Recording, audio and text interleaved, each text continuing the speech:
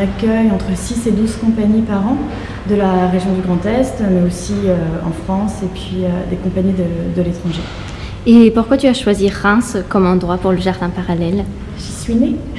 Non, c'est ma ville. J'ai toujours vécu à Reims et c'est un vrai projet de territoire.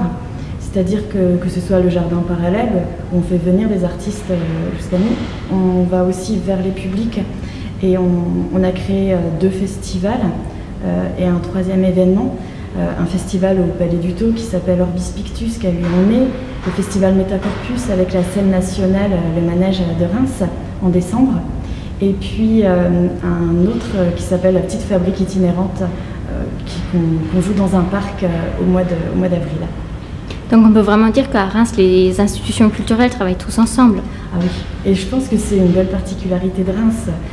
On le voit aussi avec Reims Scènes d'Europe, on y participe depuis 2 ans, mais toutes les structures culturelles de Reims se sont déjà mis ensemble pour travailler sur de gros événements comme ça.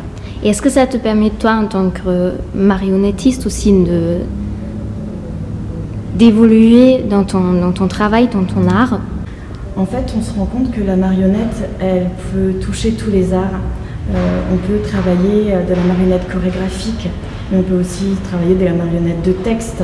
Je travaille beaucoup avec Césarée, le studio de création musicale. J'aimerais beaucoup travailler avec l'opéra.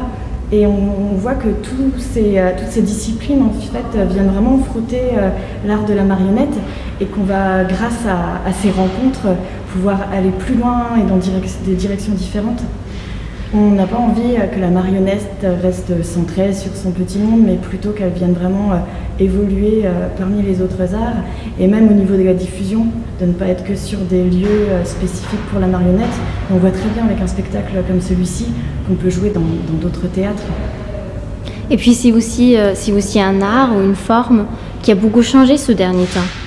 Oui, c'est vrai qu'elle s'est développée énormément, mais je pense que c'est pas anodin. C'est vraiment la rencontre entre cette transdisciplinarité en fait, qui a permis cette évolution.